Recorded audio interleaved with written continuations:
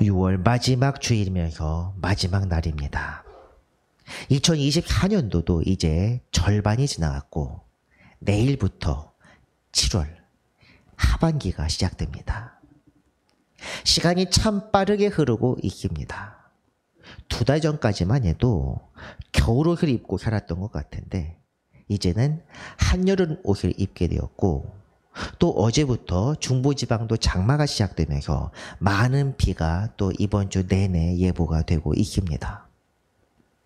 시간의 흐름은 우리가 막을 수 없고 하늘의 기운 또한 알 수 없습니다.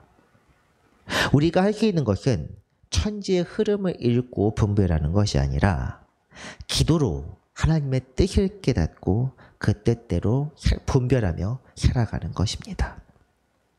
오늘 말씀은 그런 점에서 하나님의 뜻에 순종하는 자의 가장 궁극적인 모형을 보여주는 말씀입니다.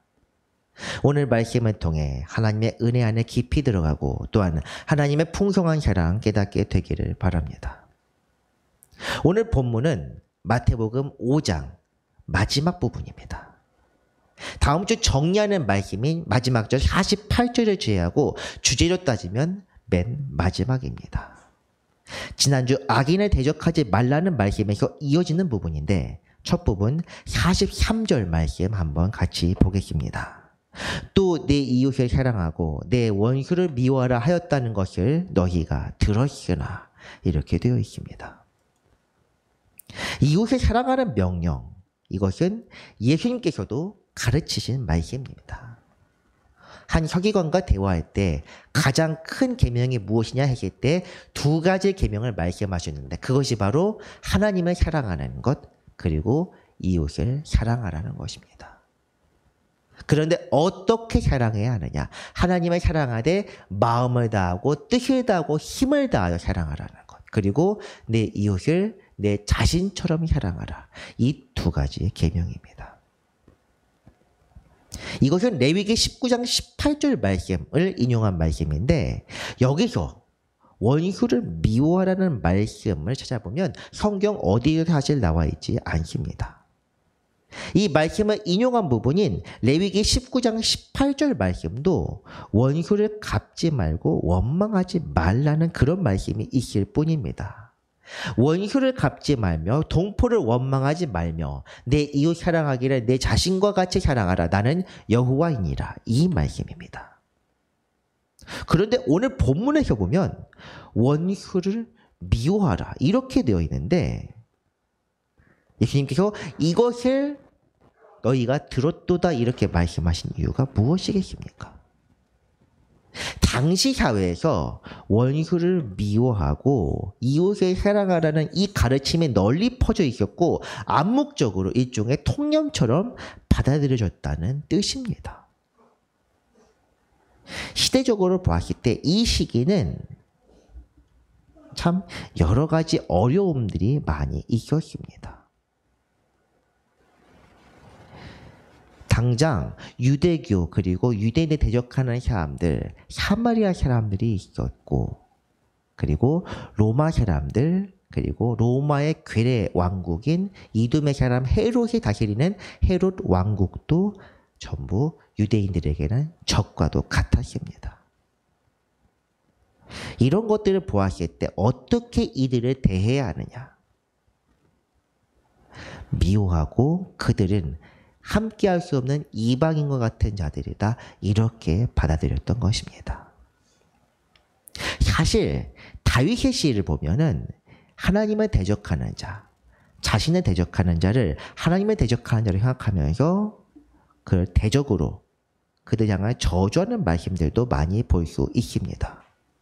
7월의 말씀이 있는 시편 139편에서 이런 말씀이 나와 있는데 139편을 보면은 여호와여 내가 주를 미워하는 자들을 미워하지 아니하며 주를 치러 일어나는 자들을 미워하지 아니하나이까 내가 그들을 심히 미워하니 그들은 나의 원수들이니이다. 이렇게 되어 있습니다. 분명히 말씀드리는데 시편은 성경이지만 율법은 아닙니다. 지켜 행해야 할 것, 지켜서 그것으로 삶을 얻을 것이 율법이라면 자신의 믿음을 보이며 하나님 앞에 고백하는 말씀이 바로 시가서의 내용입니다. 물론 둘 다 하나님의 말씀이 성경이라는 것은 분명하지만 그 목적이 조금 다르다는 말씀입니다. 그렇기 때문에 주님을 믿는 자들이 자신을 이유 없이 적대하는 그런 경우, 자신을 적대하는 자들을 주님의 대적으로 삼는다는 이런 이야기들은 사실 우리가 시편 말씀 수요일마다 읽을 때 많이 보았던 주제입니다. 그러므로 이웃을 사랑하는 율법에 더하여 믿는 자들을 박해하는 경우, 그냥 기호의 문제가 아니라 박해하는 경우, 고난에 더하는 이런 대적들을 원수로 삼고 그들을 저주하며 그들의 멸망을 바라며 하나님께 간구하는 것. 시편의 대표적인 주제이다 보니 너무나도 당연하게 자연스럽게 받아들이는 것 무리가 아닙니다. 문제는 이 사회적인 통념이 하나님의 뜻과 너무나도 말씀에 앞설 수도 있다는 것입니다. 사회적 통념이 하나님의 뜻이 앞선다는 것이 무슨 뜻이겠습니까? 증오하는 감정 그 자체가 믿음보다 앞서서 판단을 흐리게 한다는 것입니다. 예수님 당시 사회가 정확하게 그랬습니다. 로마의 지배를 받고 총독부가 설치돼서 빌라도라는 총독이 와 있는 것도 부족해서 예루살렘뿐 아니라 여러 이스라엘을 분할로 통치하면서 여러 분봉왕들이 이겼던 것들. 심지어 그 왕으로는 같은 이스라엘 사람이 아니라 유대 사람이 아니라 이방인인 에돔 사람을 왕으로 세운 그런 상황입니다. 그래서 그들은 이 로마 사람들과 또 이방인 분봉왕들 그리고 그 왕조들 매우 싫어했습니다. 또한 그들에게 협조하여 한 자리씩 차지한 로마의 끈앞을, 특히 세리들을 매우 증오하며 원수로 생각했습니다. 하나님의 백성을 대적한 자들을 미워하는 것은 매우 당연한 일이며 그들을 저주하고 때로는 물리적인 테러를 가하는 것도 당연하게 여겼습니다. 그런데 주님은 이런 원수들, 이런 악당들을 증오하라는 당대 통념을 깨뜨려 버리시면서 어떤 중요한 말씀을 하십니다. 본문 44절 한번 같이 보겠습니다. 같이 읽겠습니다. 나는 너희에게 이르노니 너희 원수를 사랑하며 너희를 박해하는 자를 위하여 기도하라. 아멘. 박해한다는 것은 앞서 우리가 팔복에서 다룬 바로 그 주제입니다. 의를 위하여 박해를 받을 때, 그리고 주님을 위하여 박해받을 때, 그 박해하는 자를 위해 기도하라. 주님께서는 오늘 그렇게 말씀하고 계십니다. 주님께서는, 그리고 초대교회 성도들도 이처럼 자기를 박해하는 자들을 위해 기도했습니다. 십자가상에서 주님께서는 자기를 못 박은 자들을 용서해달라고 기도하셨고, 초대 7 집사 중 한 사람인 스데반도 순교하는 상황에서 자기에게 돌을 던지는 자들을 위해서 기도했습니다. 본문의 원수란 것은 단순히 감정적, 싫어하는 사람들이나 나를 미워하는 사람들을 가리키는 것이 아닙니다. 영적으로 마귀의 세력에 속하여 대적하고 주님의 뜻을 거부하는 그런 사람들을 가리키는 말씀입니다. 주님의 십자가에 못 박은 사람들이 하나님의 뜻대로 살아가는 사람이겠습니까? 주님이 계실 당시에는 사람들은 이런 원수들을 적대하고 저주하러 가르쳤고 지금도 그렇습니다. 내가 주님 뜻대로 살고 있어서 그런 것이 아니라 내가 예배를 드리고 기도를 하며 신앙생활을 하고 있기 때문에 내 편에 서지 않는 사람들은 원수입니다. 내 원수일 뿐 아니라 주님의 뜻에 회방하는 사람입니다.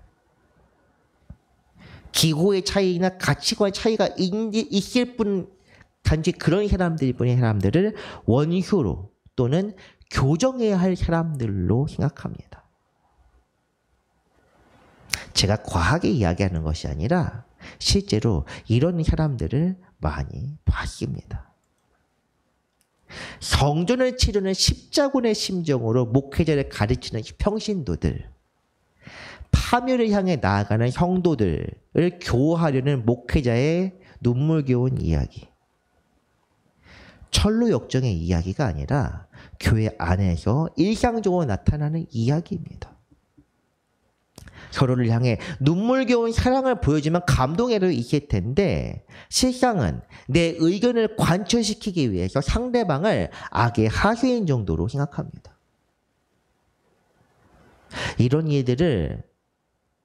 이런 이야기 들었을 때 머릿속에 떠오르는 이야기가 있다던가 혹은 그런 것들을 나의 경우가 들었다면 그것은 이 시대의 비극입니다. 우리가 알 수 있는 것은 사실 그렇게 많지 않습니다. 우리가 아는 것, 우리는 무엇을 알고 있습니까? 여러분은 무엇을 알고 있습니까? 아는 것이 무엇이냐? 아이러니하게도 우리는 아무것도 모른다는 사실뿐입니다. 내가 연약하고 미련한 자임을 알고 겸손하게 행동하는 사람만이 주님의 사랑을 받습니다. 여러분 강조할 수밖에 없지만 주님께서는 바리새인처럼 기도하는 자가 아니라 세리처럼 기도하는 자를 사랑하십니다.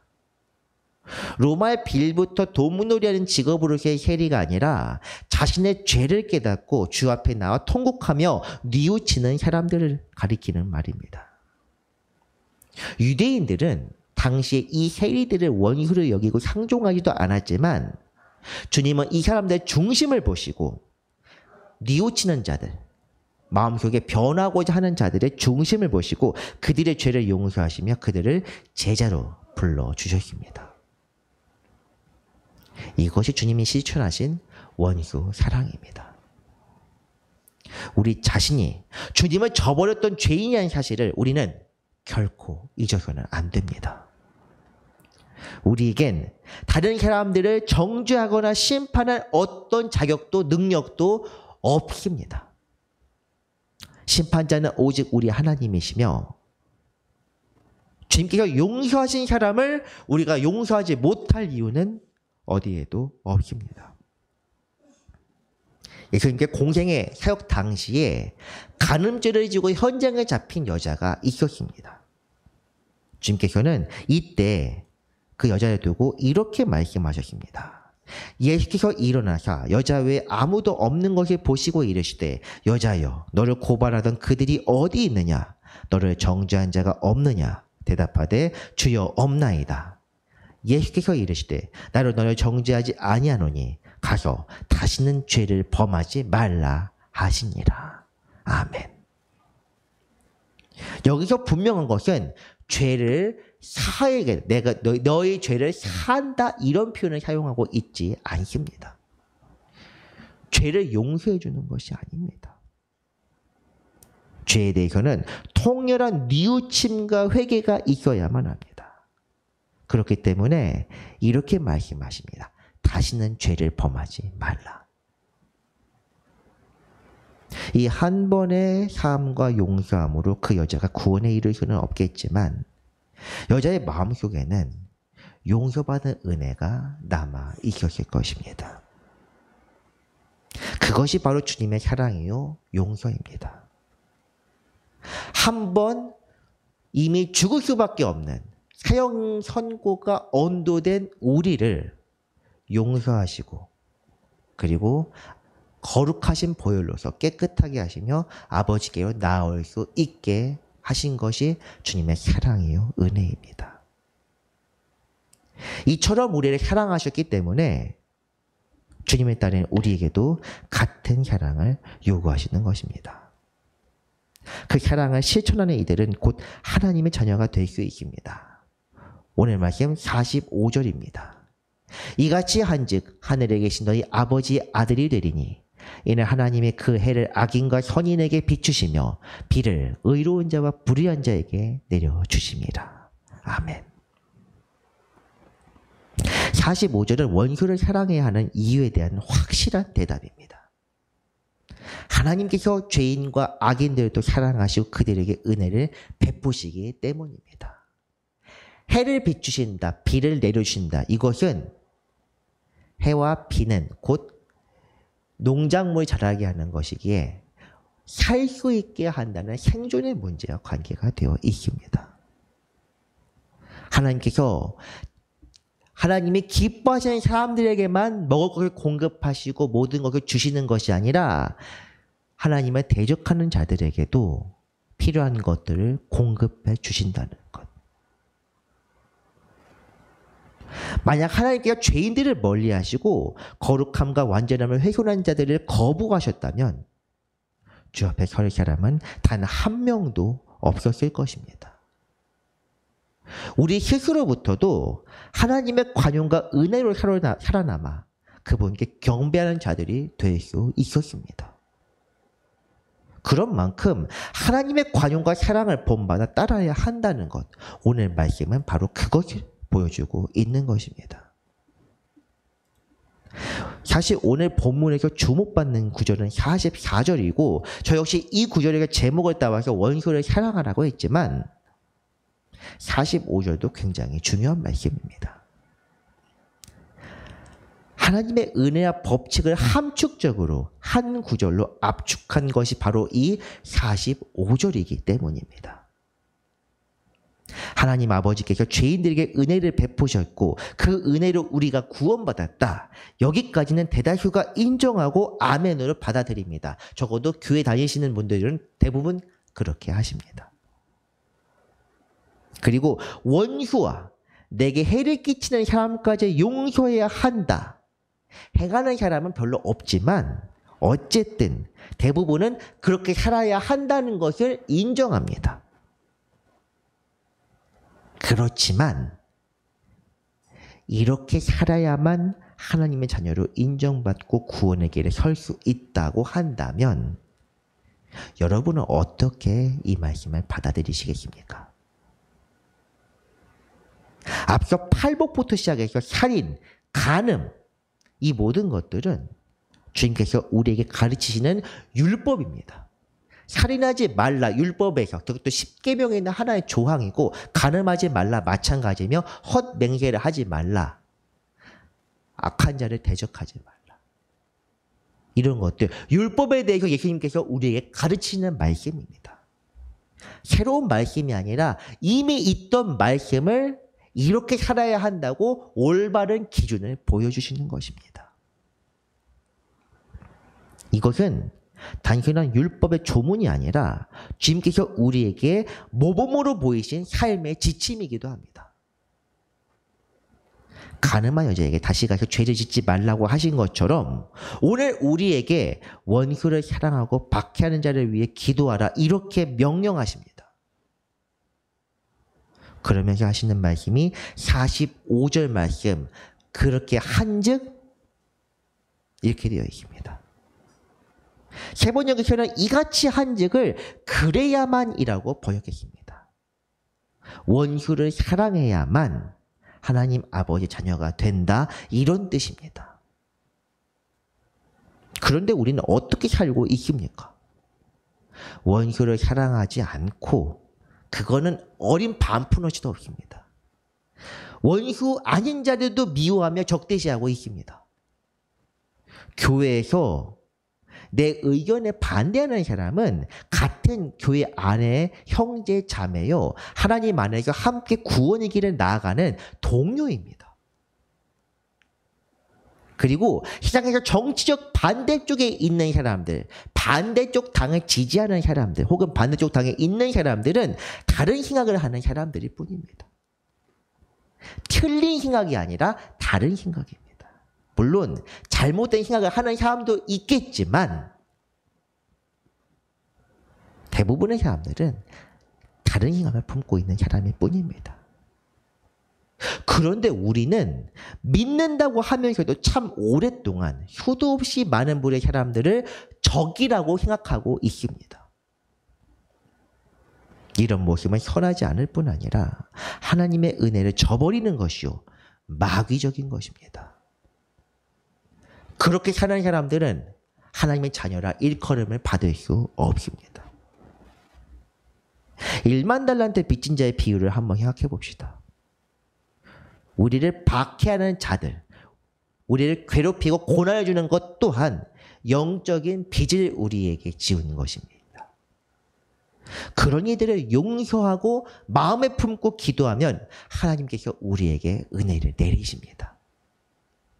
그러나 그들을 용납하지 아니하고 끝까지 보복하며 빚을 갚으라고 목을 잡고 감옥에 집어넣는다면 하나님께서도 우리에게 품으신 사랑과 긍휼의 마음을 돌이키실 것입니다. 이어지는 46절과 47절 말씀은 45절에 대한 부연의 말씀입니다. 46절과 47절 말씀. 너희가 너희를 사랑하는 자를 사랑하면 무슨 상이 있으리요. 47절은 또 너희가 너희 형제에게만 무난하면 남보다 더하는 것이 무엇이냐 이렇게 물으십니다. 매우 흥미로운 것은 각 구절 제가 일부러 빼놓고 읽었던 이 부분. 비교 대상이 누구인지 생각해 보면 되겠습니다. 예수님은 도발적으로 유대인들이 혐오하고 원수로 삼은 세리와 이방인의 삶을 두고 그들에게 말씀하십니다. 당연한 일을 베풀고 사랑을 받을 사람만 사랑한다고 너희가 싫어하는 이방인의 세리도 그 정도는 한다 이렇게 말씀하시는 것입니다. 야고보서 말씀에서는 더욱 강하게 표현합니다. 행함이 없는 믿음이 얼마나 공허한 것인지 이렇게 말씀하는데 야고보서 내용을 보면은 내가 하나님은 한 분이신 줄을 믿느냐 잘하는도다 귀신들도 믿고 떠느니라 이렇게 말씀합니다. 우리가 믿는 것은 무엇입니까? 하나님의 한 분이신 것을 믿는 것입니까? 아닙니다. 그것은 누구나 믿을 수 있습니다. 심지어 교회 다니지 않는 사람들 중에서도 유신론자들도 있습니다. 우리가 믿는 것은 무엇이냐? 저 멀리 계신 한 분 하나님이 아니라 하나님의 우리에게 지금 오늘 내게 베푸신 하나님의 은혜요. 우리에게 사랑을 베푸시는 바로 그분 아버지 하나님을 믿는 것입니다. 단순한 절대자를 믿는 것이 아니라 오늘 내게 역사하시는 하나님을 체험하며 영적으로 깨닫는 것입니다. 그러기 위해서는 우리의 삶이 변해야 하며 하나님 보시기에 거룩한 데까지 나아가야 하는데 그 나아갈 수 있는 방법이 오늘 예수님께서 말씀하신 것처럼 원수까지도 사랑하는 것입니다. 하나님의 존재만을 믿고 그분이 우리에게 주신 사랑과 은혜만 앵무새처럼 반복해서 외친다면 그러면서 그 사랑을 실천하지 않는다면 우리는 이방인이나 마귀들과 조금도 다를 바 없는 그런 사람이 되고 말 것입니다. 예수님이 활동한 당시 유대인들의 가치관과 생각을 보면 그들이 왜 예수님을 거부했는지 납득할 수는 있을 것입니다. 기원전 586년 유다 왕국이 멸망한 이래로 600년 가까이 제대로 된 나라를 갖지 못했던 그들은 하나님이 언젠가 다윗의 후손 중에 옛적 영광을 재현할 구세주가 날 것이라고 분명하게 믿었습니다. 힘들어도 그 나라가 도래할 것을 바라면서 꾹꾹 참았습니다. 그래서 그들은 메시아를 바랐고 로마 헤롯 왕국을 한꺼번에 멸망시킬 강력한 힘과 능력의 지도자를 바랐습니다. 예수님께서도 요한복음에 여러 번 말씀하신 것처럼 다른 사람들이 각자 자기 이름으로 오시면 너희가 영접할 것이다. 왜 그런 말씀을 하셨는지 아십니까? 예수님이 놀랄만한 누가 봐도 구원자에 합당한 그런 능력을 행하면서 실상 가르치고 행하는 것은 그들의 입맛대로 하지 않았기 때문입니다.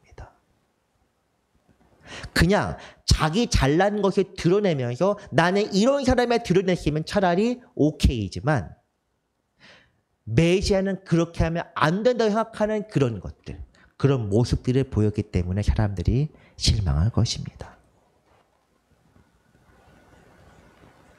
모세가 애굽 바로를 굴복시키고 히브리 백성을 약속의 땅으로 이끈 것처럼 그들은 모세의 뒤를 이을 그 선지자가 오기를 간절히 원하십니다.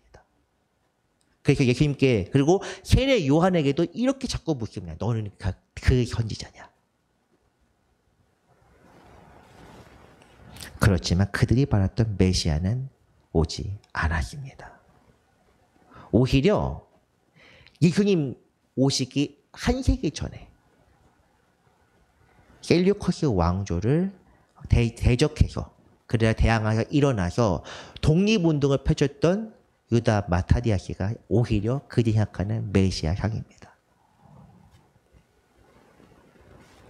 그런데 하나님께서 보내신 메시아는 유다가 아니라 마카비 왕조, 하시몬 왕조에 일으킨 사람들이 아니라 하나님께서 원수된 인간을 덕대하지 않으신 것처럼 하나님의 사랑과 은혜의 복음을 전한 그분이 바로 구원자요 메시아였습니다.